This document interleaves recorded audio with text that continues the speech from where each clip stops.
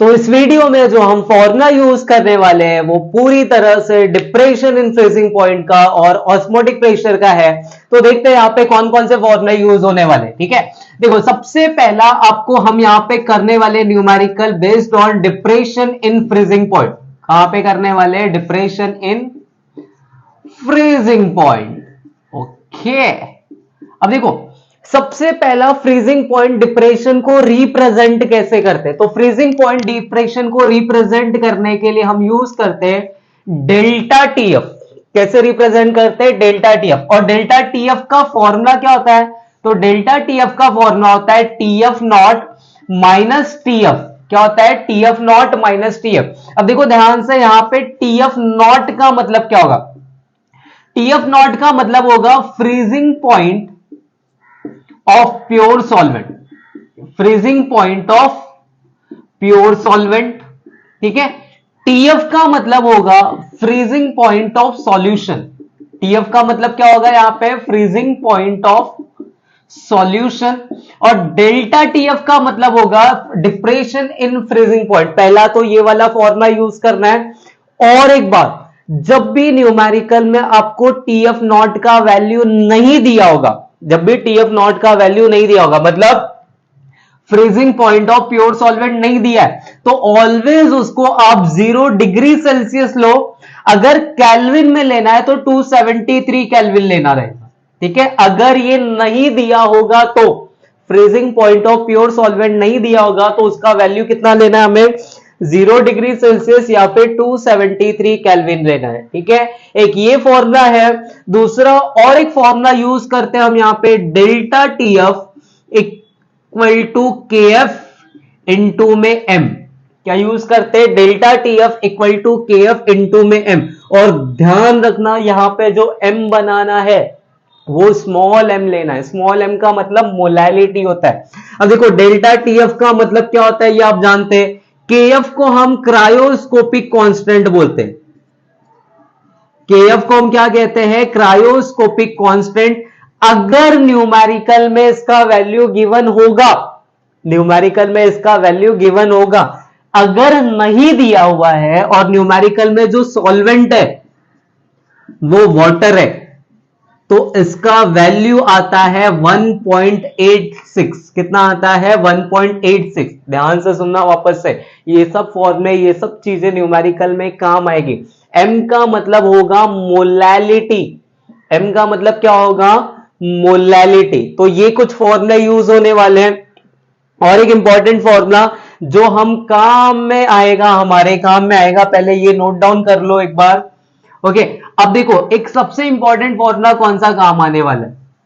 जब भी न्यूमेरिकल में, ध्यान से सुनना मैं क्या बोल रहा हूं, जब भी न्यूमेरिकल में आपको 2 सॉल्यूट दिया रहे, 2 अलग अलग सॉल्यूट दिया रहेगा, 2 अलग अलग सॉल्यूट दिया रहेगा, लेकिन सेम सॉल्वेंट होगा। सॉल्वेंट कैसा होगा? सेम होगा। और न्यूमेरिकल में फ्रीजिंग पॉइंट होगा। क्या होगा? Freezing point. वापस से बोल रहा हूं, मैं रिपीट करता हूं, 2 अलग अलग सॉल्यूट है, सेम सॉल्वेंट है, फ्रीजिंग पॉइंट दिया हुआ है और मोलार मास पूछ रहा है। फ्रीजिंग पॉइंट दिया हुआ है दोनों का और मोलार मास पूछ रहा है, तो आपको ऑलवेज ये वाला फॉर्मूला यूज करना है। अब कौन सा फॉर्मूला यूज करेंगे? तो डेल्टा टीएफ। क्या यूज करेंगे? डेल्टा टीएफ इनटू में क्या करेंगे? M2। इनटू में M2 इनटू में W1 अपॉन में क्या करेंगे? W2। और एक को तो ऐसे लिख दोगे और दूसरा क्या करोगे? Delta TF dash. ये एक सॉल्यूट के लिए, ये एक सॉल्यूट के लिए दूसरे सॉल्यूट को डैश से दिखा देंगे, थोड़ा अलग भी तो करना है ना। तो उसके लिए क्या लिखोगे? डेल्टा टीएफ डैश इनटू में क्या करोगे? M2 डैश इनटू में क्या करोगे? W1 डैश और अपॉन में क्या हो जाएगा? W2 dash. अभी लगेगा क्या पढ़ा रहा है ये, ठीक है, कहां काम आएगा। जैसे ही ऐसा न्यूमेरिकल आएगा ना, मैं आपको बताऊंगा कहां पे ये फॉर्मूला यूज होने वाले। और अगर ये कहां से आया, तो जस्ट हमने डेरिवेशन जो किया था, डेरिवेशन से हम लोग 1000 केएफ, इसका 1000 केएफ, इसका 1000 केएफ, दोनों का 1000 केएफ बराबर होता है। तो ये फॉर्मूला आपको तभी यूज करना है। वापस से रिपीट कर रहा हूं, जब दो अलग अलग सॉल्यूट दिया रहे लेकिन सॉल्वेंट सेम होगा। सॉल्वेंट कैसा होगा? सेम होगा। इसका भी फ्रीजिंग पॉइंट दिया है, इसका भी फ्रीजिंग पॉइंट दिया है, और किसी एक का मोलार मास पूछ लेगा, या तो इसका पूछेगा या तो इसका पूछेगा, तो आपको ये वाला फॉर्मूला यूज करना है। राइट, क्लियर हो गया इतना?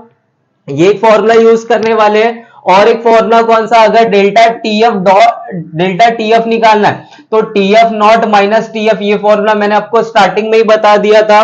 ठीक है, एक फॉर्मूला हम लोग यहाँ पे pi equal to osmotic pressure के लिए भी यूज करते हैं। नाउ सुनो, ऑस्मोटिक प्रेशर को हम रिप्रेजेंट करते हैं पाई से।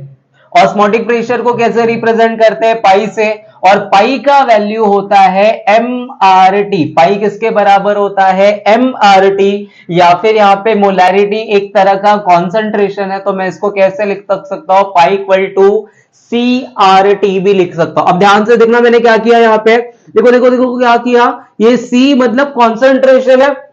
कॉन्सेंट्रेशन को कैसे लिखते हैं? नंबर ऑफ मोल अपॉन में क्या करते हैं? वॉल्यूम, और इनटू में क्या हो जाएगा? RT। अब यहां पे number of mole of solute लेना है। क्या लेना है? Number of mole of solute. क्यों? क्योंकि जो कॉलीगेटिव प्रॉपर्टी है वो number of mole of solute पे डिपेंड करती है, और पाई जो है वो हमारा ऑस्मोटिक प्रेशर है, इसलिए यहां पे number of mole of solute किसका लेंगे हम? N2 का। अगर इसी को मेरे को और तोड़ना है तो मैं कैसे तोड़ूंगा? देखो N2 किसके बराबर होता है? तो N2 बराबर होता है W2 अपॉन M2। तो क्या मैं इस N2 की जगह पर ये वाला वैल्यू पुट कर दूं? तो देखो मुझे फॉर्मूला क्या मिल जाएगा? पाई इक्वल टू W2RT अपॉन में क्या हो जाएगा? M2 इंटू में क्या हो जाएगा? V। अगर आपको ऑस्मोटिक प्रेशर दिया हुआ है और मोलार मास पूछ रहा है, अगर आपको ऑस्मोटिक प्रेशर दिया हुआ है और मोलार मास पूछ रहा है, तो आप ये वाला फॉर्मूला यूज करेंगे। क्लियर हुआ? ये कुछ फॉर्मूलेज है जो कि इस वीडियो में हम यूज करने वाले हैं। तो भाइयों और उनकी बहनों, स्वागत है एक बार फिर से आपका केमिग्राम की दुनिया में, और हम अब न्यूमेरिकल स्टार्ट करने जा रहे हैं। इस न्यूमेरिकल में हमें दो अलग अलग सॉल्यूट दिए हुए और सेम सॉल्वेंट दिया हुआ। दो अलग अलग सॉल्यूट है, सेम सॉल्वेंट है, और दोनों का फ्रीजिंग पॉइंट दिया हुआ है, और एक का मोलार मास फाइंड आउट करना है। नहीं भरोसा हो रहा है ना? पढ़कर बताओ। चलो देखो, ठीक है, देखो क्या दिया हुआ है। 1.02 ग्राम ऑफ यूरिया। पहला सॉल्यूट कौन है हमारा? यूरिया है। कहां पे डिसॉल्व कर रहे हैं? Certain solvent. कोई तो सॉल्वेंट है, मालूम नहीं, और वो सॉल्वेंट का मास कितना दिया हुआ है? 98.5 ग्राम। कितना दिया हुआ है? और जब भी ये डिसॉल्व करते फ्रीजिंग पॉइंट डिक्रीज हो रहा है। फ्रीजिंग पॉइंट डिक्रीज होना मतलब डिप्रेशन इन फ्रीजिंग पॉइंट। और कितना डिक्रीज हो गया? 0.211। अब भरोसा हो गया? ठीक है, आगे देखो। नहीं नहीं, अभी दूसरा कंपाउंड तो आया ही नहीं। देख लो फिर। तो अब एक अननोन कंपाउंड है। अब वो जो अननोन कंपाउंड है वो हमारा दूसरा सॉल्यूट है। वो कौन सा सॉल्यूट है? दूसरा सॉल्यूट है। अब भरोसा हुआ? ठीक है, तो ये जो दूसरा सॉल्यूट है उसका मास गिवन है 1.60 दिया हुआ है, और सेम सॉल्वेंट है। देखो दोनों के लिए जो सॉल्वेंट यूज कर रहे हैं वो क्या यूज कर रहे हैं? सेम, लेकिन दोनों का मास अलग अलग है। ठीक है, पहले वाले का मास कितना है? 98.5। दूसरे का मास कितना दिया हुआ है? 86 ग्राम दिया हुआ है। और ये जब सॉल्यूट डालते हैं अननोन कंपाउंड वाला, तो फ्रीजिंग पॉइंट कितना कम हो जा रहा है? डिप्रेस हो रहा है 0.34 केल्विन। और हमें मोलार मास फाइंड आउट करना है। क्या फाइंड आउट करना है? Molar mass. तो एकदम स्टार्टिंग के इस वीडियो के मैंने बताया कि जब आपको दो अलग अलग सॉल्यूट दिया रहे और सेम सॉल्वेंट दिया रहे, दोनों के केस में फ्रीजिंग पॉइंट डिप्रेशन दिया रहेगा, और किसी एक का मोलार मास फाइंड आउट करना है, तो आपको फॉर्मूला यूज करना है ये वाला, बताया था मैंने, delta TF into M2 into W1 upon में क्या करेंगे? W2। एक तो ये हो जाएगा, और ये किसके बराबर होगा? Delta TF dash into M2 dash into W1 dash upon में क्या हो जाएगा? W2 dash. देखो ध्यान से, ये वाली जो पूरी चीजें हैं ये किसके लिए यूज करेंगे? यूरिया के लिए। और ये वाली जो पूरी चीज है ये किसके लिए यूज करेंगे? अननोन कंपाउंड के लिए। अब यूरिया का अपने को डेल्टा टीएफ पता है, यूरिया का अपने को मोलार मास पता होता है, यूरिया का मास ऑफ सॉल्वेंट दिया हुआ है W1, यूरिया के केस में W2 पता है, मतलब यहां पे सब कुछ पता है। और यहां पे देखो इस केस में ये अननोन कंपाउंड के लिए डेल्टा टीएफ डैश ये दिया हुआ है, M2 डैश यही तो निकालना है, ठीक है, यही तो दर्द है जो निकालना है। और W1 डैश मतलब 86 वैल्यू दिया हुआ है इसका, और W2 डैश यहां पर गिवन है। मतलब समझ में आया कितना आसान है ये। याद रखो जब भी दो अलग अलग सॉल्यूट हो सेम सॉल्वेंट होगा और फ्रीजिंग पॉइंट दोनों का दिया होगा, किसी एक का मोलार मास पूछेगा तो ये फॉर्मूला आपको क्या करना है, यूज करना है। तो पहले सॉल्व करके दिखाते हैं आपको कि कैसे सॉल्व किया जाता है। ओके देखो क्या करेंगे, यहां पे दो अलग अलग सॉल्यूट है तो सबका वैल्यू लिख लो। पहले किसके लिए वैल्यू लिखेंगे, यूरिया के लिए।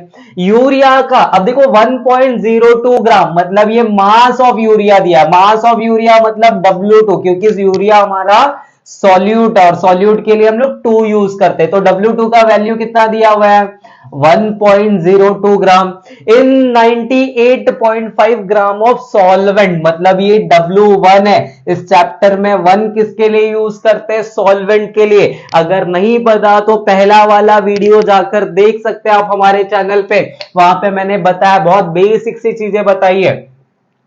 W1 का वैल्यू कितना दिया हुआ है, 98.5 ग्राम। और जब ये डालते हैं तो फ्रीजिंग पॉइंट डिप्रेस कितना हो रहा है, 0.211, मतलब यहां पे डेल्टा टीएफ का वैल्यू कितना दिया हुआ है, 0.211। और एक बात यहां पे ना molar mass of urea given ही नहीं है, लेकिन हमें पता है मोलार मास ऑफ यूरिया कितना होता है, 60 ग्राम पर मोल। अब हमें कैसे पता चला, तो यूरिया का फॉर्मूला होता है और यूरिया का फॉर्मूले से हम क्या फाइंड आउट कर सकते हैं, यूरिया का मोलार मास फाइंड आउट कर सकते हैं। ओके क्लियर हो गया इतना। तो molar mass of urea given नहीं है, but molar mass of urea कितना होता है, 60 ग्राम, ये फॉर्मूले से कैलकुलेट किया। आगे यूरिया के लिए ये सारे इंफॉर्मेशन है। और दूसरा जो सॉल्यूट है वो हमारा कौन सा है, अननोन कंपाउंड है। कौन सा कंपाउंड है, अननोन कंपाउंड है। अब देखो अननोन कंपाउंड का मास दिया हुआ है, एक मास तो हमने ऑलरेडी यूज किया है W2, तो ये वाले मास को मैं कैसे रिप्रेजेंट करूंगा, W2 डैश। तो यहां पे अननोन कंपाउंड का मास कितना दिया हुआ है, 1.60 ग्राम। और कहां पे डिसॉल्व कर रहे हैं, सेम सॉल्वेंट में, लेकिन उसका मास 86 है। तो ये W1 डैश का वैल्यू कितना हो जाएगा, 86 ग्राम। और ये जो फ्रीजिंग पॉइंट डिप्रेस कर रहा है, ये कितने से डिप्रेस कर रहा है, 0.34, मतलब डेल्टा टीएफ डैश का वैल्यू कितना दिया हुआ है, 0.34 केल्विन दिया हुआ है। और हमें कैलकुलेट क्या करना है, मोलार मास, मतलब M2 डैश पता करना है कितना है। तो देखो यहां पे फॉर्मूला कौन सा यूज करने वाले हैं, तो डेल्टा टीएफ इनटू क्या करेंगे, M2 इनटू में W1 अपॉन में क्या कर देंगे, W2। क्लियर हो गया इतना, ये पहला फॉर्मूला हो गया। और ये किसके बराबर होगा, तो डेल्टा टीएफ डैश इनटू में M2 डैश इनटू में W1 डैश अपॉन में क्या करोगे, W2 डैश कर दोगे। ओके अब सारे वैल्यूज पुट कर देते हैं। तो ये देखो डेल्टा टीएफ का वैल्यू कितना दिया हुआ है, 0.211 इनटू M2 का वैल्यू, M2 मतलब ये दिया हुआ है molar mass of urea 60, into में W1 का वैल्यू कितना दिया हुआ है 98.5, और डिवाइड में W2 का वैल्यू कितना दिया हुआ है 1.02 दिया हुआ है। और यहां पर किसका वैल्यू पता अपने को, डेल्टा टीएफ डैश का वैल्यू कितना दिया हुआ है 0.34, M2 डैश का वैल्यू कितना दिया हुआ है, यही तो निकालना है हमें। और W1 डैश का वैल्यू कितना दिया हुआ है 86, और W2 डैश का वैल्यू कितना दिया हुआ है 1.60। क्लियर हो गया। ना फटाफट सॉल्व करेंगे। देखो इसको यहां पे भेज दो और ये जो इसके साथ दिखाई दे रहे हैं इसको यहां पे भेज दो, क्या मिलेगा अपने को, ये देखो ये M2 मिल गया, तो ये M2 डैश लिख दिया, ये वाली चीजें यहां पर आ गई तो क्या हो जाएगा 0.211 इंटू 60 इनटू में कितना होगा 98.5, इनटू में कितना होगा 1.60, और डिवाइड में क्या आ जाएगा, ये सारी चीजें इसके पास आ जाएगी, तो 1.02 इनटू में क्या होगा 0.34, इनटू में कितना आ जाएगा 86 आ जाएगा। क्लियर। अब इसका लॉग कैलकुलेशन कर दें। देखो लॉग कैलकुलेशन ही करने जाना, ज्यादा नेतागिरी नहीं करना। देखो ये वैल्यूज है, तो क्या होगा log ऑफ 0.211 प्लस क्या होगा log ऑफ 60 प्लस क्या होगा log ऑफ 98.5 प्लस में क्या आ जाएगा log ऑफ 1.60, और माइनस करेंगे, अब ये डिवाइड में है तो माइनस क्या करोगे log of 1.02 plus log of 0.34 plus log of क्या हो जाएगा 86, ये हो गया। अब सारे का लॉग निकाल लो, लॉग निकाल लो। देखो इसका लॉग कितना आएगा 0 पॉइंट है, तो इसका कैरेक्टरिस्टिक्स कितना आ जाएगा 1। लॉग किसका देखेंगे तो 21 का 1 देखेंगे, 21 का 1 कितना आता है, तो वो आएगा 3243 plus log of 60, log of 60 कितना होगा 1.60 का 0, 60 का 0 मिलेगा अपने को 7782, कितना मिलेगा 7782। log ऑफ 98.5 मतलब यहां पे कितना आ जाएगा 1.98 का 5, 98 का 5 कितना आएगा 9934, कितना आ जाएगा 9934 प्लस log ऑफ 1.60 कितना आएगा 0.16 का 0, 16 का 0 कितना आता है 2065, कितना आ जाएगा 2065। और एक चीज और यहां पे ये 1.609 ग्राम दिया हुआ है, कितना दिया हुआ है 609, तो यहां पे 9 लिखेंगे, तो 16 का 0 और मीन डिफरेंस में 9 देखेंगे तो अपने को लॉग मिलेगा 0.2065, कितना आ जाएगा 0.2065। ये तो हमने सिर्फ ऊपर वाले का लॉग देखा, अभी नीचे वाले का भी तो लॉग देखना है ना, तो नीचे वाले का लॉग देखेंगे तो देखो किसका लॉग देखेंगे 1.02, तो कितना आएगा 10 का 2, 10 का 2 कितना मिलेगा अपने को 0086, कितना मिल जाएगा 0086 प्लस log ऑफ 0.34, तो ये कितना होगा 12, 34 का 0 देखेंगे, 34 का 0 कितना आएगा 5315 प्लस log ऑफ 86, 86 का log कितना आएगा तो 86 का 0 देखेंगे तो वो कितना मिल जाएगा अपने को 9345, कितना मिल जाएगा 9345। अब क्या करेंगे अब दोनों को, ऊपर वाले को प्लस करेंगे, नीचे वाले को प्लस करेंगे, फिर माइनस कर देंगे।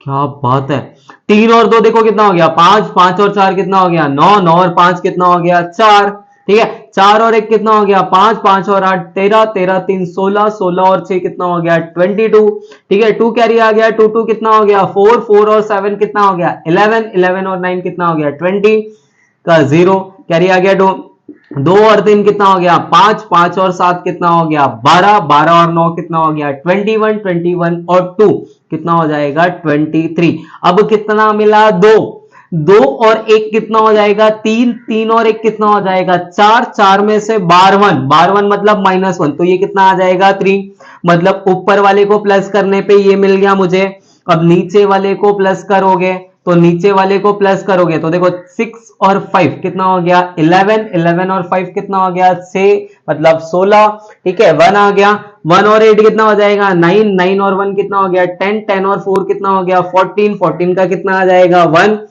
1 और 3 कितना हो गया 4, 4 और 3 कितना हो गया 7। अब कितना मिलेगा तो कुछ भी कैरी नहीं मिलेगा। 5 और 9 कितना हो जाएगा 14, 14 का कितना आएगा 1, देखो 1 और 1 कितना हो गया 2, 2 और बार 1, 2 और बार 1 मतलब -1, 2 और -1 करेंगे तो कितना आ जाएगा 1 पॉइंट। अब इसको माइनस कर दो, 4 में से 6 जाएगा तो 8 आएगा, 1 में से 4 जाएगा तो 7 आएगा, इधर हो गया था 10 था, अब इधर 9 में से 7 जाएगा तो 2 आएगा, इधर 2 में से 4 जाएगा तो 8 आ जाएगा, और ये 2 में से 1 जाएगा तो कितना आएगा 1, और यहां पे लगा देंगे हम एंटीलॉग। तो M2 डैश निकालने के लिए देखो एंटीलॉग लेंगे, किसका एंटीलॉग लेंगे 82 का 7 का 8 निकालेंगे। क्या निकालेंगे? 82 का 7 का 8। तो जैसे ही हम 82 का 7 का 8 एंटी लॉग निकालते हैं तो हमें कुछ इस तरीके का आंसर मिलेगा। 82 का 7 6714 और उसमें 8 मतलब 12, तो 6726 कितना आ जाएगा? ये 6726। तो M2 डैश का वैल्यू कितना मिलेगा अपने को? 6726। और हमारा रूल है एंटी लॉग के बाद पहले डिजिट के बाद पॉइंट लगाते हैं। इधर पे 1 लिखा है तो 10 के पावर में 1 लिख देंगे। तो M2 डैश का वैल्यू मिलेगा अपने को 67.26 और मोलार मास है तो आप यहां पे लिख सकते हो ग्राम पर मोल। ये हो गया हमारा फाइनल आंसर। समझ में आया? इस न्यूमेरिकल को बहुत आसानी से समझाया मैंने। देखो इसमें तुम घूम सकते हो वहां डेरिवेशन से, लेकिन क्या करो, डायरेक्ट फॉर्मूला पुट करो, सारे वैल्यूज रखो और लॉग कैलकुलेशन कर दो। अब देखो इस सवाल में हमें ऑस्मोटिक प्रेशर दिया हुआ है, ओके, और हमें मोलार मास ऑफ सॉल्यूट पूछ रहा है। क्या पूछ रहा है? Molar mass of solute. नहीं सर, ऐसे नहीं सर, पढ़ के बताओ सर पढ़ के बताओ। ठीक है, पढ़ लेते। ओके, देखो क्या दिया हुआ है। What is the molar mass of solute? क्या फाइंड आउट करना है? Molar mass of solute find out करना है। If a solution prepared by dissolving 0.822 gram of it, मतलब हमें सॉल्यूट का मास दिया हुआ है। क्या दिया हुआ है? सॉल्यूट का मास। सॉल्यूट का मास मतलब W2 का वैल्यू दिया है। कितना दिया हुआ है? 0.822 ग्राम। कितना दिया हुआ है? 0.822 ग्राम इन 300 मिली डीएम क्यूब। ये मिली डीएम क्यूब कौन है? ठीक है, तो 300 milli dm cube. Dm cube volume का वैल्यू होता है। Dm cube, litre, ml, centimetre cube, ये सारे मीटर क्यूब आए। समझ जाओ वॉल्यूम गिवन है। क्या गिवन है? वॉल्यूम। मतलब यहां पे वॉल्यूम का वैल्यू कितना दिया हुआ है? 300 मिली डीएम क्यूब। अब देखो डीएम क्यूब होता तो अपने को कोई दिक्कत नहीं होती, लेकिन यहां पे मिली दिया हुआ है तो मिली को पहले हटाना है। ठीक है, मिली को पहले हटाना है। मिली को हटाएंगे कैसे? तो 300 में 10⁻³ से मल्टीप्लाई कर दोगे, मिली हट जाएगी और यहां पे वॉल्यूम का वैल्यू कितना आ जाएगा? 0.3 डीएम क्यूब। कितना आ जाएगा? 0.3 DM cube has an osmotic pressure. अब ऑस्मोटिक प्रेशर का वैल्यू कितना दिया हो? देखो ऑस्मोटिक प्रेशर मतलब पाई। पाई का वैल्यू कितना दिया है? 149 mmHg। कितना दिया हुआ है? 149 mmHg एट 298 केल्विन। मतलब टेम्परेचर वा कितना दिया हुआ है? 298 केल्विन दिया हुआ है। कितना दिया हुआ है? 298 केल्विन। अब ध्यान से सुनना मैं क्या बोल रहा हूं, यहां पर मैं क्या बोल रहा हूं बहुत ध्यान से सुनना। यहां पे ना हमें कुछ कन्वर्जन करने पड़ेंगे। कैसे कन्वर्जन सर? देखो जब भी पाई का वैल्यू मतलब ऑस्मोटिक प्रेशर, एक प्रेशर है, जब भी पाई का वैल्यू mmHg में दिया होगा आपको उसको एटीएम में बदलना होगा। किस में बदलना होगा? एटीएम। एटीएम मतलब एटमॉस्फेयर में। कैसे बदलते हैं mmHg को? जब भी mmHg को एटीएम में बदलना है, mmHg को एटीएम में बदलना है, डिवाइड बाय 760 करोगे। ऑलवेज क्या करोगे? Divide by 760। तो मैं ये टेम्परेचर हटाता हूं, पहले इसको यहीं पे कन्वर्ट कर देता हूं। तो देखो ये 149 दिया हुआ है। mmHg को एटीएम में कन्वर्ट करने के लिए डिवाइड बाय क्या करेंगे? 760 और ये हो जाएगा हमारा एटीएम। जब मैं ये कैलकुलेशन करूंगा तो 1 ये कुछ मिलेगा 0.196। कितना मिलेगा? 0.196 एटीएम। ये किसका वैल्यू आ जाएगा? पाई का वैल्यू आ जाएगा। अब टेम्परेचर का वैल्यू दिया है। ये ऐसा काम क्यों कर रहे हैं हम लोग? ये कन्वर्जन क्यों कर रहे हैं? क्योंकि इस फॉर्मूले में हम आर यूज करने वाले। क्या यूज करने वाले हैं? आर। आर एक सॉल्यूशन का कांस्टेंट है और आर के 3 वैल्यूज होते हैं। आर का एक वैल्यू 8.314 होता है, आर का एक वैल्यू 0.08201 या फिर कोई 5 लिखता है। तो ये वैल्यू आपको तब यूज करना है जब सारे यूनिट एसआई में दिए रहे, जूल में दिया रहेगा, मोल दिया रहेगा, केल्विन दिया रहेगा, लेकिन मैं क्या बोल रहा हूं, इस चैप्टर में हम आर का ये वाला वैल्यू कभी यूज नहीं करते। इस चैप्टर में हम आर का ये वाला वैल्यू यूज करते। ये वाला वैल्यू आर का क्यों यूज करते? क्योंकि हमारा जो प्रेशर है वो एटीएम में होता है, और जब भी प्रेशर एटीएम में होगा तो आर का ये वाला वैल्यू यूज करना है। क्लियर हुआ? तो यहां पे जो हमारा R यूज होने वाला है, R एक कांस्टेंट वैल्यू है, और R का वैल्यू कितना आएगा? 0.08205। ध्यान रखना, बस यही वाले चैप्टर में R का ये वाला वैल्यू यूज किया जाता है। क्लियर हो रहा है? और इसका वैल्यू यूनिट क्या होता है? लीटर एटीएम पर मोल पर केल्विन। और टेम्परेचर का वैल्यू कितना दिया था? 298 केल्विन दिया हुआ है। सारे वैल्यूज पता है, हमें क्या निकालना है? Molar mass. सबसे स्टार्टिंग मैंने बोला, जब भी ऑस्मोटिक प्रेशर दिया होगा और मोलार मास पूछेगा तो हमें फॉर्मूला कौन सा यूज करना है? Pi equal to W2 RT upon में क्या करोगे? M2 इंटू में क्या कर दोगे? V। ना देखो, अभी हमें M2 फाइंड आउट करना है, तो मैं M2 को इधर ले लू, पाई को इधर ले लू, तो देखो क्या हो जाएगा?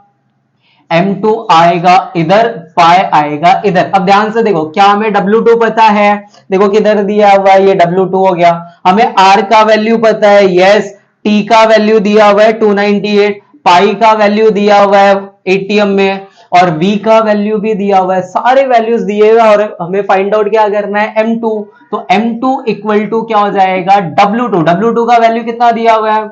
0.822। R का वैल्यू कितना दिया हुआ है? 0.08205। T का वैल्यू कितना है? 298 केल्विन। और पाई का वैल्यू कितना लिया हमने? किधर गया, किधर गया? 0.196। और इनटू में V का वैल्यू कितना हो जाएगा? 0.3। कितना हो जाएगा? ये 0.3। अब क्या करना है? तो अब लॉग लगाना है। क्या लगाना है? लॉग लगाना है, लॉग लगाना है। तो देखो यहां पे क्या हो जाएगा? लॉग ऑफ 0.822 प्लस क्या होगा? Log of 0.08205 plus log of 298। ये हो गया ऊपर वाले का लॉग, माइनस क्या करोगे? लॉग ऑफ 0.196 प्लस में क्या हो जाएगा? लॉग ऑफ 0.3, और इधर लगा देंगे ब्रैकेट। क्लियर? अभी सबका लॉग वैल्यू लिखते हैं फटाफट से। लॉग ऑफ 0.822 ये कितना आता है? तो ये मिलता है अपने को बार 1.82 का 2। 82 का 2 कितना आता है? 9149। कितना आता है? 9149। लॉग ऑफ 0.0 कितना आएगा? बार 2.82 का 0 का 5 देखेंगे। किसका देखेंगे? 82 का 0 का 4। तो ये मिलेगा अपने को 9141। कितना मिल जाएगा? 9141। लॉग ऑफ 29 का 8 देखेंगे तो ये कितना आएगा? 2.29 का 8 मिलता अपने को 4742। कितना मिलता है?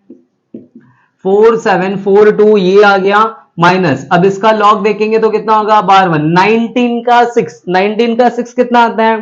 तो वो आता है 2923। कितना आता है? 2923 प्लस लॉग ऑफ 0.3। 0.3 मतलब बार 1। 30 का 0 देखेंगे। किसका देखेंगे? 30 का 0। 30 का 0 देखेंगे। 30 का 0 देखेंगे। 4771 आ जाएगा। सबको फटाफट से जोड़ दो। ठीक है, देखो क्या आएगा? 9 और 1 10 और 2 12, 1 और 4 5, 5 और 4 9, 9 और 4 कितना हो जाएगा? 9 और 4 हो जाएगा 13। 1 और 1 कितना हो गया? 2, 2 और 1 कितना हो गया? 3, 3 और 7 कितना हो जाएगा? 10 का आ गया 0। 1 और 9 कितना हो जाएगा? 10, 10 और 9 कितना हो जाएगा? 19, 19 और 4 कितना हो जाएगा? 23, 23 का कैरी कितना आ जाएगा? 2। अब ध्यान से देखना, 2 और 2 4, 4, 2 और 2 कितना हो गया? 4 हो गया। और देखो ये बार 1 है, ये बार 2 है। बार 1 बार 2 मिलकर बार 3 हो जाएगा। 4 में से बार 3 को प्लस करेंगे, 4 में बार 3 प्लस करेंगे मतलब 4 में -3 करोगे तो 1 आ जाएगा। ऐसे यहां पे ऐड कर लो इसको फटाफट से। 3 और 1 कितना हो जाएगा? 4 हो जाएगा। 2 और 7 कितना हो जाएगा? 9 हो जाएगा। 9 और 7 कितना हो जाएगा? 16 का 6 हासिल आ गया 1। 2 और 1 3, 3 और 4 कितना हो गया? 7। अब देखना बार वन कितना हो जाएगा? बार टू कितना हो जाएगा? बार टू। अब इसको माइनस करेंगे, क्या करेंगे? माइनस करेंगे। अब देखो इसको जैसे ही माइनस करेंगे तो क्या मिलेगा? 2 में से 4 गया तो 8, इधर रह गया 2 में से 9 जाएगा तो कितना हो जाएगा? 3। 2 मतलब 12 में से 9 गया 3। ये 0 था, 10 बन जाता, इधर कैरी दिया, अब ये 9 हो जाएगा। 9 में से 6 जाएगा तो कितना आ जाएगा? 3 आ जाएगा। इधर बचा कितना? इधर 2 बचा है। कितना बचा है? 2। 2 इधर से कैरी लेगा तो कितना हो जाएगा? 12। 12 में से 7 जाएगा तो कितना आएगा? 5। अब इसके पास कुछ नहीं बचा, इसके पास बचा है मोए मोए। ठीक है, कितना बचा है? कुछ नहीं बचा है, दुख और दर्द बचा है, मतलब 0 बचा है। ध्यान से देखो, अब ये माइनस और बार टू, माइनस और बार टू प्लस हो जाएगा तो ये कितना आ जाएगा? 2। और इधर तो कुछ बचा ही नहीं था। अब इसका क्या ले लेंगे? एंटी लॉग लेंगे। तो एंटी लॉग किसका लेंगे? 53 का 3 का 8। किसका लेंगे? 53 का 3 का 8। तो वो अपना एंटी लॉग आ जाता है 3418। कितना आएगा? तो M2 का वैल्यू मिल जाएगा अपने को 3418। पहले डिजिट के बाद पॉइंट लगाने का, इनटू में 10⁻² लिखने का, और अपने को M2 का वैल्यू अब 2 उधर खसका दो तो 341.8 ग्राम पर मोल। खत्म। ठीक है, कितना आसान सवाल था ये। पाई दिया हुआ था, सब कुछ गिवन था, और हमें क्या फाइंड आउट करना था? Molar mass. ये हमारा सॉल्व प्रॉब्लम का प्रॉब्लम नंबर 2.9 है। इसके पहले जो किया था वो 2.8 है। सॉल्व प्रॉब्लम के न्यूमेरिकल वेंट ऑफ फैक्टर के पहले तक के सारे हो गए हैं। अभी इससे रिलेटेड जो एक्सरसाइज के न्यूमेरिकल है वो स्टार्ट करें। ये वाला जो न्यूमेरिकल है अगेन हेनरी लॉ के ऊपर है, और बहुत ही आसान सा न्यूमेरिकल है, लेकिन इतना घुमाया गया है, इसमें इतने यूनिट कन्वर्जन है कि बौखला जाओगे, तुम ऐसा लगेगा ये क्या है। ओके, देखो बहुत अच्छे से समझते। पहले हेनरी लॉ के ऊपर जो फॉर्मूला यूज होता है वो क्या यूज होता है? S = KH × P। ये ऐसे न्यूमेरिकल ऑलरेडी मैंने वीडियो 1 पार्ट 1 में सिखाए हुए, जो कि चैनल पे अपलोडेड है, आप वहां पे भी देख सकते हैं। बट एक और न्यूमेरिकल है, और ये जो न्यूमेरिकल है ये एक्सरसाइज का न्यूमेरिकल है, तो ध्यान से पढ़ते। देखो पहले मैं समझाता हूं आपको इसमें दिया क्या है। इसमें बोल रहा है जब सॉल्युबिलिटी 2.2 × 10⁻³ है, जब सॉल्युबिलिटी इतना दिया है तो इस केस में प्रेशर 1 atm है। जब सॉल्युबिलिटी ये है तो इस केस में प्रेशर कितना है? 1 atm। और हमसे पूछ रहा है जब सॉल्युबिलिटी ये होगा तो प्रेशर कितना होगा। समझ में आया क्या? क्वेश्चन क्या बोल रहा है?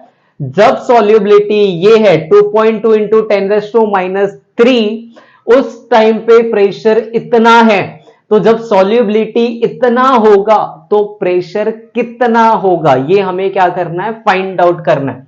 एक बार क्वेश्चन अच्छे से पढ़ते हैं। देखो, fish generally need O2 concentration in water। O2 concentration in water का मतलब वाटर के अंदर O2 की solubility। O2 concentration in water मतलब क्या? वाटर के अंदर O2 की solubility कितनी दी गई है? 3.8 mg/L। जब solubility ये है तो what पार्शियल प्रेशर रिक्वायर, तो पार्शियल प्रेशर कितना लगेगा वो निकालना है। आगे क्या बोल रहा है? Given the solubility of O2 in water. अब देखो वाटर की सॉल्युबिलिटी, वाटर के अंदर O2 की सॉल्युबिलिटी 0 डिग्री सेल्सियस और 1 atm पे ये दिया हुआ है 2.2 × 10⁻³ मतलब हमें एक सॉल्युबिलिटी कितना दिया हुआ है? 2.2 × 10⁻³ मोल पर लीटर। इस में यूनिट का बहुत काम है। जब सॉल्युबिलिटी इतना है तो पार्शियल प्रेशर 1 atm दिया हुआ है, तो पार्शियल प्रेशर कितना दिया है? 1 atm। तो आपसे पूछ रहा है जब सॉल्युबिलिटी इतना होगा 3.8 mg/L तो पार्शियल प्रेशर कितना लगेगा? समझ में आ रहा है? क्वेश्चन यही है, जब सॉल्युबिलिटी इतना है तो पार्शियल प्रेशर ये, जब सॉल्युबिलिटी इतना होगा तो पार्शियल प्रेशर कितना होगा? अब ध्यान से देखना, यहां पे सॉल्युबिलिटी का यूनिट अलग है, यहां पे सॉल्युबिलिटी का यूनिट अलग है, यहां पे मोल में दिया हुआ है, यहां पे मिलीग्राम में दिया हुआ है, यहां पे मोल में दिया हुआ है, यहां पे मिलीग्राम में दिया है। तो पहला मिलीग्राम को मोल में कन्वर्ट करना पड़ेगा, मिलीग्राम को किस में कन्वर्ट करना पड़ेगा? मोल में। मिलीग्राम को मोल में कैसे कन्वर्ट करोगे? तो पहला तो मिलीग्राम को ग्राम में कन्वर्ट करोगे, मिलीग्राम को किस में कन्वर्ट करोगे? ग्राम में। कैसे कन्वर्ट करोगे? मिलीग्राम को ग्राम में कन्वर्ट करने के लिए 10⁻³ से मल्टीप्लाई कर देते हैं। अब ग्राम को मोल में कन्वर्ट करोगे, ग्राम को किस में कन्वर्ट करोगे? मोल में। ग्राम को मोल में कन्वर्ट करने के लिए मोलार मास से डिवाइड कर देते हैं, ग्राम को मोल में कन्वर्ट करने के लिए मोलार मास से डिवाइड करते हैं। मतलब ये सॉल्युबिलिटी को इधर कन्वर्ट करने जाऊंगा मैं अगर, तो देखो क्या मिलेगा, सबसे पहले क्या करना होगा? मिलीग्राम को ग्राम, मतलब सॉल्युबिलिटी कितना आएगा? 3.8 इंटू मिलीग्राम को ग्राम में कन्वर्ट करने के लिए क्या करोगे? 10⁻3। ये किसमें कन्वर्ट हो गया? ग्राम पर लीटर। अब ग्राम को किसमें कन्वर्ट करना है? मोल में। किसमें कन्वर्ट करना है? मोल में। तो ग्राम को मोल में कन्वर्ट करने के लिए मैंने क्या बोला? इसको मोलार मास से डिवाइड कर दो। तो 3.8 इंटू 10⁻³ डिवाइड बाय क्या कर दोगे? 32। 32 क्यों?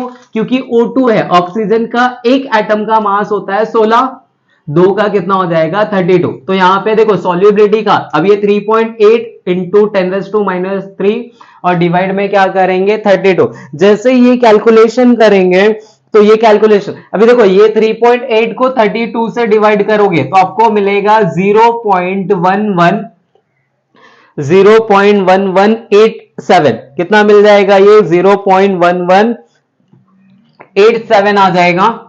और इनटू में कितना आ जाएगा? 10⁻3। क्या आ जाएगा? 10⁻3। यहां पे मैंने लॉग कैलकुलेशन नहीं किया, ये डायरेक्टली ऐसे डिवाइड किया, ठीक है। तो सॉल्युबिलिटी कितना आ गया? 0.11873। और इसका यूनिट क्या हो गया? अभी मोल पर लीटर, पहले ये mg में था, अब मोल में आ गया। अब देखो, आप बोलोगे ये कन्वर्ट क्यों किया? तो यहां पर हमें सॉल्युबिलिटी तो पता है, लेकिन फाइंड आउट क्या करना है? पी। क्या फाइंड आउट करना है? पी। अब सॉल्युबिलिटी दिया हुआ है और पी निकालना है, तो उसके लिए हमें KH का वैल्यू चाहिए। कौन सा वैल्यू चाहिए? KH का। क्यों KH का वैल्यू चाहिए? क्योंकि सॉल्युबिलिटी, हेनरी लॉ का फॉर्मूला क्या होता है? S = KH × P। तो हम क्या करेंगे? इन दोनों से KH निकालेंगे, इन दोनों से क्या निकालेंगे? KH। और ये KH इधर पुट करेंगे। अब दोनों के लिए, KH के लिए, ये KH को यहां पे यूज करने के लिए इसका यूनिट बराबर होना चाहिए। समझ में आ रहा है क्या बोल रहा हूं मैं? वापस से देखो एक बार, क्या बोल रहा हूं यहां पे? यहां का सॉल्युबिलिटी और यहां का प्रेशर दिया हुआ है, ये सॉल्युबिलिटी, ये प्रेशर का यूज करके मैं KH निकालूंगा पहले, और ये वाला KH इस वाले सॉल्युबिलिटी में यूज करूंगा। इधर का KH इधर यूज करने के लिए, KH इधर का KH इधर यूज करने के लिए इसका और इसका दोनों का यूनिट सेम होना चाहिए। दोनों का यूनिट क्या होना चाहिए? सेम होना चाहिए। इसलिए मैंने यहां पे यूनिट को क्या किया? इसको सेम किया है। अब ध्यान से देखो क्या हो जाएगा। तो S = KH × P है, तो KH का वैल्यू कितना आएगा? S/P आ जाएगा। अब सॉल्युबिलिटी कितना दिया हुआ है? 2.2 × 10⁻³ और P का वैल्यू कितना दिया हुआ है? 1। तो जब मैं यहां पे ये लिखूंगा तो देखो KH का वैल्यू कितना हो जाएगा? 2.2 × 10⁻³ और यहां पे देखो यूनिट क्या यूज हो रहा है? ये मोल है, सॉल्युबिलिटी किसमें था? मोल पर लीटर, और उसी में किसमें डिवाइड में आ गया? ATM आ गया। तो अब ये जो KH का यूनिट है, ये अब KH का यूनिट देखो यहां पे मोल पर लीटर आ रहा है, इसलिए KH का ये वाला वैल्यू यूज करने के लिए ये सॉल्युबिलिटी भी किसमें चाहिए था? इसमें चाहिए था। अब मैं क्या कर सकता हूं? देखो मेरे को S पता है, P निकालना है, और यहां पे मैंने KH निकाल दिया। तो अब P निकालने के लिए अगेन मैं कौन सा फॉर्मूला यूज करूंगा? S = KH × P। क्या यूज करूंगा? S = KH × P। लेकिन अभी मेरे को सॉल्युबिलिटी पता है और KH पता है, और निकालना क्या है? P। अब सॉल्युबिलिटी कौन सा रखोगे? ये वाला? नहीं, ये वाला रखेंगे। ये वाले में भी कौन सा, जो कन्वर्जन किया। तो अब देखो P निकालना है अगर मुझे, तो P निकालने के लिए फॉर्मूला क्या होगा, S अपॉन के एच। क्या हो जाएगा, S अपॉन के।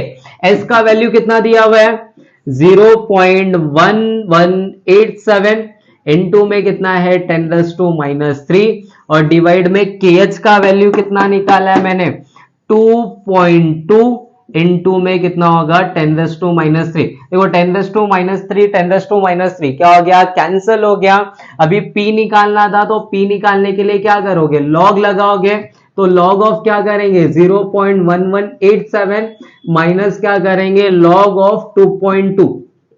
ओके तो P का वैल्यू देखो कितना हो जाएगा 0.1187 मतलब बार 1, 11 का 8 का 7, 11 का 8 का 7 कितना आ जाएगा अपना 0745। कितना आ रहा है ये 0745 माइनस 2.2, 2.2 मतलब कितना होगा 0 पॉइंट, और 22 का 0 देखेंगे, 22 का 0 कितना आता है 3424। कितना आ जाएगा 3424। अब इसको माइनस कर देंगे हम, माइनस करेंगे 5 में से 4 जाएगा तो 1 आएगा, 4 में से 2 गया तो 2 आएगा, 7 में से 4 गया तो 3, अब इधर 10 में से 3 जाएगा तो कितना आएगा 7। ध्यान से देखना, अब इसके पास ऑलरेडी बार 1 था, इसने कैरी लिया तो ये बार 2 हो जाएगा। कितना हो जाएगा बार 2, और P इक्वल टू क्या हो जाएगा एंटी लॉग ऑफ बार 2.7321। तो एंटी लॉग किसका देखेंगे 73 का 2 का 1, किसका देखेंगे 73 का 2 का 1, और 73 का 2 का 1 देखोगे तो आपको मिलेगा 5396। कितना मिल जाएगा 5396। पॉइंट लगा के 10⁻² लेंगे और इसका अपने को फाइनल आंसर मिल जाएगा 10⁻² है मतलब 0.05396, और ये किस में आएगा एटीएम में आएगा। किस में आएगा एटीएम में। ध्यान से देखना, बहुत इजी सा क्वेश्चन था, बहुत छोटा सिंपल कैलकुलेशन भी है, लेकिन यूनिट कन्वर्जन इसमें है। यूनिट कन्वर्जन क्यों है एक बार मैं वापस से बता देता हूं। हमारे पास इस क्वेश्चन में दिया क्या है, जब सॉल्युबिलिटी ये है तो प्रेशर ये है, जब सॉल्युबिलिटी ये होगा तो प्रेशर कितना होगा, ये सॉल्युबिलिटी ये प्रेशर, इसका यूज करके KH निकालेंगे। अब कंडीशन ये है कि इसका KH यहां पे यूज करने के लिए दोनों के सॉल्युबिलिटी का यूनिट सेम होना चाहिए। दोनों के सॉल्युबिलिटी का यूनिट क्या होना चाहिए, सेम होना चाहिए। तो दोनों के सॉल्युबिलिटी का यूनिट सेम करने के लिए हमने ये काम किया यहां पे, और जैसे ही दोनों का सॉल्युबिलिटी का यूनिट सेम हो गया, इधर का KH उठा के इधर यूज कर लिया। क्लियर हो गया। तो ये था हमारा एक्सरसाइज का question number, I think question number 8 है ये। ओके अब यहां वाले न्यूमेरिकल में हमें वेपर प्रेशर ऑफ सॉल्यूशन निकालना है, मतलब लोअरिंग ऑफ वेपर प्रेशर का फॉर्मूला यूज करने वाले। देखो क्या दिया हुआ है, पढ़ते ध्यान से। The vapour pressure of water at 20 degree Celsius is 17 mmHg। देखो प्योर कभी बोलेगा नहीं डायरेक्टली, जब भी 20 डिग्री 30 डिग्री 25 डिग्री सेल्सियस ऐसा लिखे मतलब समझ जाओ प्योर की बात कर रहा है। किसकी बात कर रहा है, प्योर। मतलब vapour pressure of pure water. Pure water मतलब मैंने बताया था P1 नॉट से रिप्रेजेंट करने का। P1 नॉट का वैल्यू कितना दिया हुआ है 17 mmHg। कितना दिया हुआ है 17 mmHg। What is the vapour pressure of solution, मतलब आपको P का वैल्यू निकालना है। किसका वैल्यू निकालना है, P का वैल्यू निकालना है। Containing 2.8 gram urea. यूरिया मतलब यहां पे सॉल्यूट है। W2 का वैल्यू कितना दिया हुआ है 2.8 ग्राम इन 50 gram of water. 50 gram of water मतलब W1 का वैल्यू दिया हुआ है 50 ग्राम। सॉल्यूट 1 और 2 होता है, सॉल्वेंट क्या होता है 1 होता है। अब यहां पे फाइंड आउट क्या करना है अपने को, P फाइंड आउट करना है। तो फॉर्मूला क्या था P1 not minus P upon P1 not किसके इक्वल होता है W2 M1 M2 W1। किसके इक्वल होता है W2 M1 M2 W1। देखो P1 नॉट का वैल्यू कितना दिया हुआ है 17, P का वैल्यू नहीं पता, P1 नॉट का वैल्यू कितना दिया हुआ है 17, W2 का वैल्यू कितना दिया हुआ है, 2.8 दिया हुआ है। M1 का वैल्यू मतलब मोलार मास ऑफ वाटर, और मोलार मास ऑफ वाटर कितना होता है, 18। M2 का वैल्यू कितना दिया हुआ है, 50। M2 का वैल्यू कितना दिया हुआ है, 50 नहीं, M2 का वैल्यू मतलब मोलार मास ऑफ यूरिया। यहां पे यूरिया का मोलार मास गिवन नहीं है, बट यूरिया का मोलार मास होता है 60 ग्राम पर मोल। न्यूमेरिकल में ये वैल्यू गिवन होगा, अगर नहीं दिया होगा तो याद रखो यूरिया का मोलार मास कितना होता है, 60। तो 60 इंटू W1 का वैल्यू कितना हो गया, यहां पे 50 हो गया, राइट। अब हमें करना क्या है, P निकालना है। क्या निकालना है, P। तो 17 को इधर भेज दोगे और इसको इधर पे ही रहने देना, क्योंकि ये माइनस में। 17 को जैसे इधर भेजोगे तो देखो क्या मिलेगा, 17 माइनस P इक्वल टू, ये यहां पर आ जाएगा तो 2.8 इंटू 18 इंटू 17 और डिवाइड में कितना आ जाएगा, 60 इंटू 50 कर दूं मैं तो मुझे 3000 मिल जाएगा।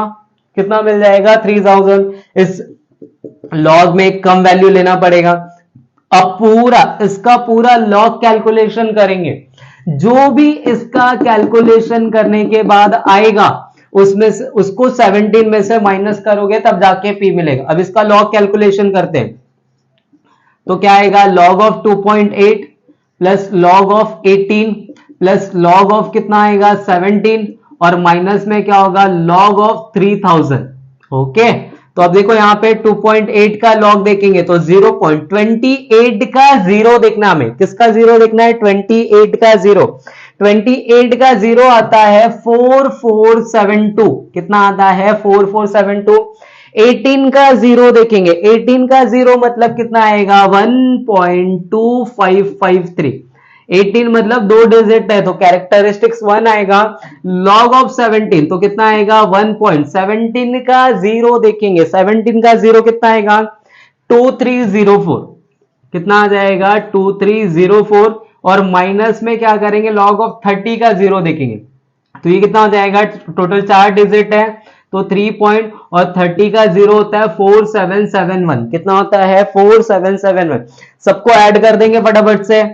देखो ऐड करोगे तो कितना आएगा, 2 और 3 कितना हो गया, 5, 5 और 4 कितना हो गया, 9, 7 और 5 12, 12 और 0 कितना हो गया, 2, 4 और 1 कैरी आया था 5, 5 10, 10 और 3 कितना हो जाएगा, 13, कैरी कितना मिलेगा, 1, 4 और 1 कितना होगा, 5, 5 और 2 कितना होगा, 7, 7 और 2 कितना हो जाएगा, 9। क्लियर, 1 और 1 कितना हो गया, 2, तो ये कितना आ गया, 2 पॉइंट, और यहां पे कितना मिला अपने को, 3.4771। अभी इसको माइनस करेंगे, 9 में से 1 गया तो 8, 2 में से 7 गया, 2 मतलब 12 में से 7 गया तो कितना आएगा, 5, इधर 2 बच गया, 2 मतलब अगेन 12 में से 7 जाएगा तो कितना आएगा, 5, इधर कितना हो जाएगा, 8, 8 में से 4 जाएगा कितना आएगा, 4, और 2 में से 3 जाएगा, 2 में से -3 करोगे तो यहां पे कितना आ जाएगा, 1 बार आएगा। क्या आएगा, बार आएगा, क्योंकि -1 आएगा। अभी एंटीलॉग किसका देख लेंगे हम लोग, तो एंटीलॉग देखेंगे यहाँ पे 45 का 5 का 8 तो अपने को मिलेगा 2856। कितना मिलेगा, 2856। इधर पे पॉइंट लगा के क्या करोगे, 10⁻⁻1 और ये अपना हो जाएगा 0.2856। तो ये किसका वैल्यू आया है, ये जो वैल्यू आया है इसको मैं यहीं पे लिखता हूं, कितना आया, 0.2856। ये वैल्यू मिला अपने को 17 माइनस पी का। किसका वैल्यू मिला है, 17 माइनस पी। हमें पी का वैल्यू निकालना है, तो पी का वैल्यू निकालने के लिए क्या करोगे, देखो मैं ऊपर लिख देता हूं एक बार वापस से, 17 माइनस पी किसके बराबर है, 0.2856। तो पी का वैल्यू निकालने के लिए इसको इधर भेजोगे, इसको इधर भेजोगे तो P कितना हो जाएगा, 17 माइनस 0.2856। अब कैसे माइनस करते हैं ये आपको पता होगा, 17.40 लगाओगे और इधर पे क्या लिखोगे, 0.2856। अब माइनस करेंगे तो 10 में से 6 गया 4, 9 में से 5 गया 4, 9 में से 8 गया 1, 9 में से 2 गया तो कितना हो गया 7, और ये कितना हो जाएगा 6, तो ये कितना हो गया 16। तो P का वैल्यू कितना मिल जाएगा, 16.71, और यहाँ पे ये आ जाएगा mmHg, क्योंकि P का वैल्यू किसमें लिया हुआ है, mmHg। तो ये बहुत आसान सा सवाल था और इसके अंदर लोअरिंग ऑफ वेपर प्रेशर का फॉर्मूला यूज किया गया। अगेन एक बार फिर से वैसा वाला न्यूमेरिकल आ गया जिसमें दो सॉल्यूट दिया होता है, एक ही सॉल्वेंट होता है और हमें मोलार मास निकालना होता है। देखो ध्यान से पढ़ते हैं। अब 5% aqueous solution of cane sugar. पहले सॉल्यूट कौन है? केन शुगर है, जिसका मोलार मास दिया हुआ है 342 ग्राम पर मोल। मोलार मास कितना दिया हुआ है? 342 ग्राम पर मोल। और इसका फ्रीजिंग पॉइंट 271 केल्विन है। Calculate the freezing point of 5% glucose solution. दो सॉल्यूट है ना, एक पहला सॉल्यूट कौन सा है? केन शुगर का है, और दूसरा सॉल्यूट कौन सा है? ग्लूकोज। दोनों अलग अलग सॉल्यूट है और हमें फ्रीजिंग पॉइंट निकालने को बोल रहा है। क्या निकालने को बोल रहा है? Freezing point. सबसे पहली बात, ये 5% का मतलब क्या? जब भी ध्यान से सुनो, इस चैप्टर में ये ऐसा पहली बार आ रहा है, अगर इसके पहले आता तो मैं और पहले बताता। जब भी तुमको इस चैप्टर में कुछ ऐसा दिखे 5%, 10%, 20%, मतलब समझो इसका, जब भी 5% बोलेगा मतलब 5 ग्राम सॉल्यूट, 5 ग्राम सॉल्यूट 100 ग्राम सॉल्यूशन में प्रेजेंट है। 5% का मतलब कितना?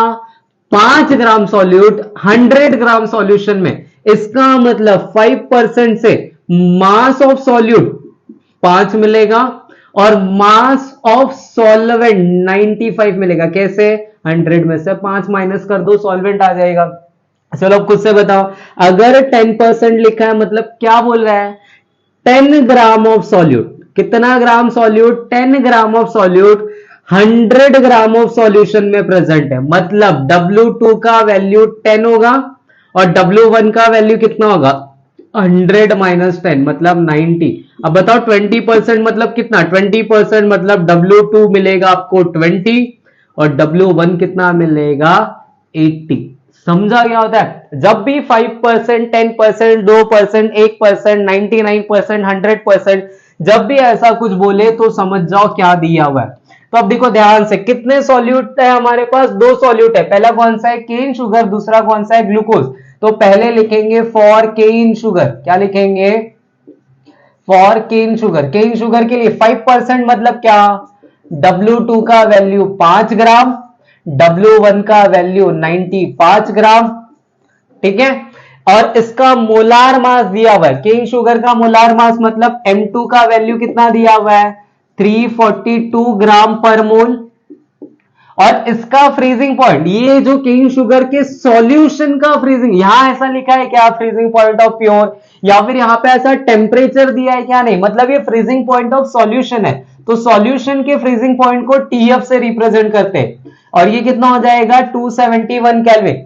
आगे क्या बोल रहा है? Calculate the freezing point of glucose solution. तो अभी यहां पे लिखेंगे फॉर ग्लूकोज सॉल्यूशन। क्या लिखेंगे?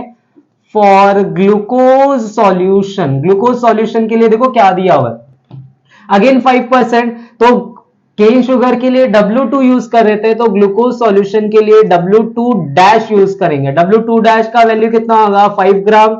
W1 डैश का वैल्यू कितना होगा? 95 ग्राम।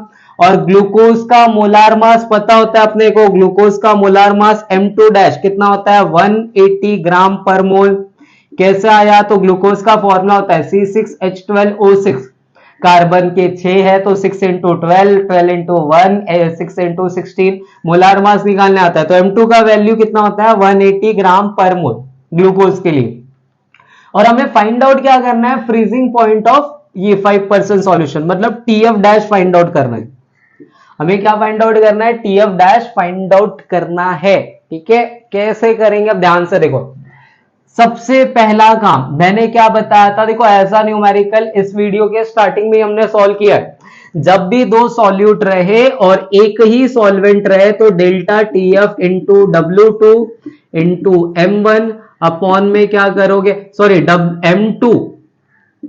M2 इंटू W1 और अपॉन में क्या रहेगा? W2 किसके बराबर होगा? Delta TF dash into M2 dash into W1 dash upon में W2 डैश। देखो हम डेल्टा TF निकाल सकते हैं इसका, हम इसका क्या निकाल सकते हैं, डेल्टा टीएफ कैसे निकाल सकते हैं। तो देखो ना, डेल्टा टीएफ का फॉर्मूला क्या होता है, डेल्टा टीएफ का फॉर्मूला होता है टीएफ नॉट माइनस टीएफ।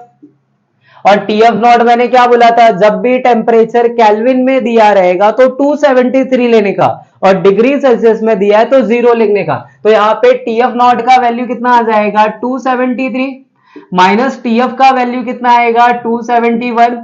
273 में से 271 माइनस करोगे तो कितना मिल जाएगा, डेल्टा टीएफ का वैल्यू मिल जाएगा 2। तो मुझे डेल्टा टीएफ पता है, मुझे M2 पता है, मुझे W1 पता है, मुझे W2 पता है, इधर सब दिया हुआ है ना। ऐसे ही मैं क्या करूंगा, मुझे यहां पर इस तरफ M2 डैश पता है, W1 डैश पता है, W2 डैश पता है, यहां से मैं पहले डेल्टा टीएफ डैश निकालूंगा। क्या निकालूंगा, डेल्टा टीएफ डैश।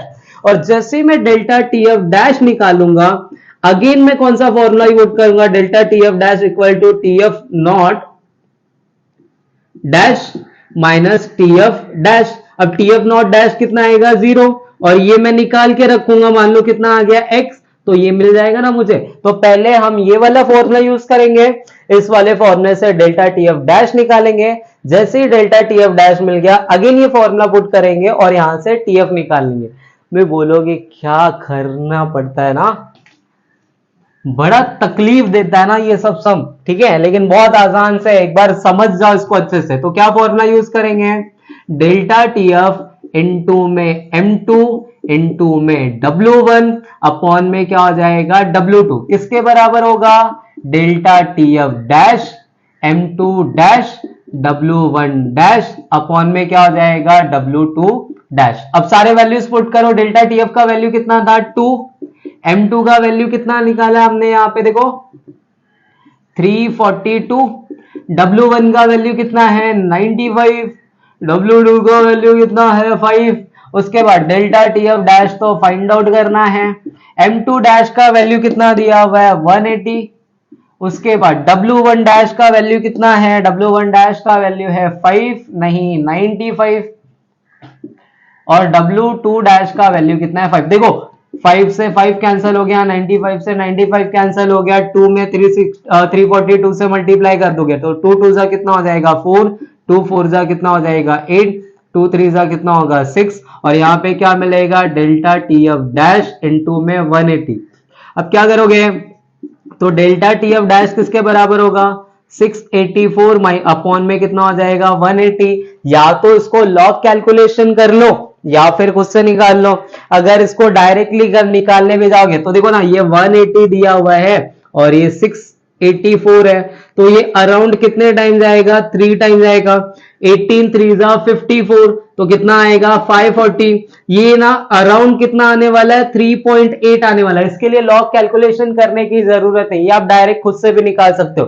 तो देखो डेल्टा टीएफ डैश कितना मिला मुझे 3.8 मिला, लेकिन मुझे फ्रीजिंग पॉइंट ऑफ सॉल्यूशन निकालना है, मतलब टीएफ डैश निकालना है, डेल्टा टीएफ डैश नहीं निकालना है।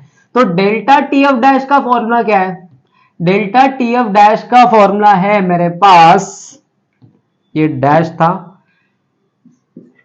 TF not dash minus TF dash. अब देखो ये कितना निकाला 3.8। उसके बाद टीएफ नॉट का वैल्यू चाहे तुमको पता रहे ना पता रहे कितना रखोगे 273, अगर एक भी वैल्यू केल्विन में दिया है तो। और टीएफ डैश तो निकालना था ना, तो टीएफ डैश निकालने के लिए अब क्या करोगे 3.8 को इधर लेकर आ जाओ, इसको यहां पर लेकर आ जाओ, तो टीएफ डैश कितना मिल जाएगा 273 माइनस 3.8। जैसे इसको माइनस करेंगे कितना आएगा 273 में से 3.8 माइनस करो, पहले तो 10 में से ऐसे माइनस करते हैं ना, 10 में से 8 गया तो 2, इधर कितना हो गया 2 2 मतलब 12, 12 में से 3 जाएगा तो 9, ये कितना हो जाएगा, तो अपने को कितना मिल जाएगा 269.2, और ये किस में आ जाएगा केल्विन में, किस में आ जाएगा केल्विन में। तो ये हो गया हमारा और एक क्वेश्चन जिसमें दो अलग सॉल्यूट थे बट फ्रीजिंग पॉइंट दिया था, और दूसरे का फ्रीजिंग, बार बार मोलार मास थोड़ी निकालने को बोलेगा। इस पूरे चैप्टर का सबसे सिंपल न्यूमेरिकल यही वाला है। क्या दिया हुआ देखो, a solution of citric acid, citric acid है इन 50 gram of acetic acid. Citric acid acetic acid में डाल रहा है, सिट्रिक एसिटिक मतलब सिट्रिक सॉल्यूट हो गया और एसिटिक एसिड कौन हो गया, सॉल्वेंट हो गया। तो W1 का वैल्यू, लेकिन सॉल्वेंट का काम ही नहीं यहाँ पे, ठीक है, बहुत आसान सा सवाल। Has a boiling point elevation, boiling point elevation मतलब डेल्टा टीबी, डेल्टा टीबी का वैल्यू कितना दिया हुआ है 1.76 केल्विन।